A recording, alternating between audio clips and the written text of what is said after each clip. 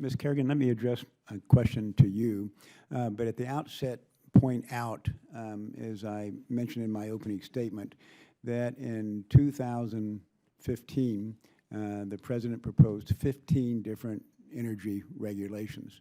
In the 3-year period prior to that, he proposed only 5. So that means that last year, the rate of energy regulations was about 9 times what it had been in the previous 3 years. No telling what it's going to be in 2016 if that trend continues. But what is the impact of all these regulations on 2 discrete groups, small business and the economy? Oh, if you turn on your mic, yeah. Got it.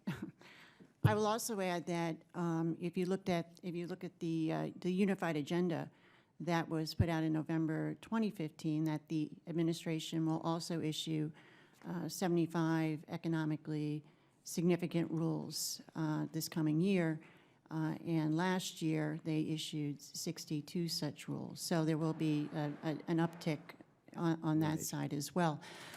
Yeah, I mean, look at this. As I mentioned in my statement, I mean, we're still dealing, I think, with a very tough economy from the small business perspective. They're very concerned and continue to be about weak sales growth, the direction of the economy in 2016. I think NFIB had its small business index came out yesterday, which showed they're very concerned about sort of where the economy's headed in 2016 and what that means for sales growth. So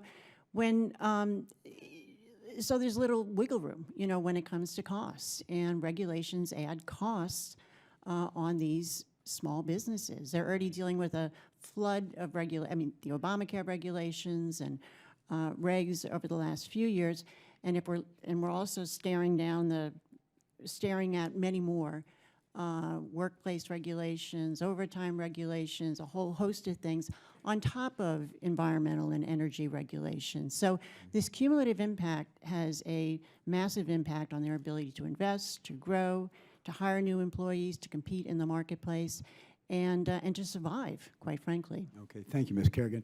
Mr. Batkins, you have heard today, and we've heard the administration say that somehow all these regulations are good for the economy.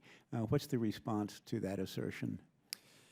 Well, I mean, if you take a deep dive and go into their own regulatory analysis, you'll find them admit often that regulations could raise healthcare costs, could raise energy costs, and could raise costs to the consumer. Another impact, which is probably not talked about a lot, is there are, I think, by our account, roughly 30 regulations where even regulatory agencies admitted that costs would exceed the benefits. And there have been a few in the environmental realm as well. So, you know, I think a lot of the big regulations get a lot of play in the press, but again, there are several where agencies have admitted costs would exceed benefits. Okay. Mr. Batkins, last question. What can we do to make the regulatory process more transparent, more honest? Well, it's a great question. One, we've mentioned Mercatus here, their research looking at sort of the completeness of regulatory analysis. And they use a scale of out of 30. And I think DOE on that scale is a 19 out of 30, which is not a grade that I would want to get, but it does actually best other cabinet agencies. EPA is about a 15 out of 30. So one thing that a lot of, when I talk to people who actually have to comply with regulations and are looking at the regulatory impact analysis, is they want a way that they can sort of completely reproduce what the agency's analysis says. And that might be the case sometimes, but oftentimes that's not the case. And the ability to sort of really see what the agency, what their assumptions are, and how those assumptions play out and the data represented to the public. Okay. Thank you, Mr. Batkins. The gentleman from New York, Mr. Tonko, is recognized for his questions. And let me say, I'm going to need to excuse myself for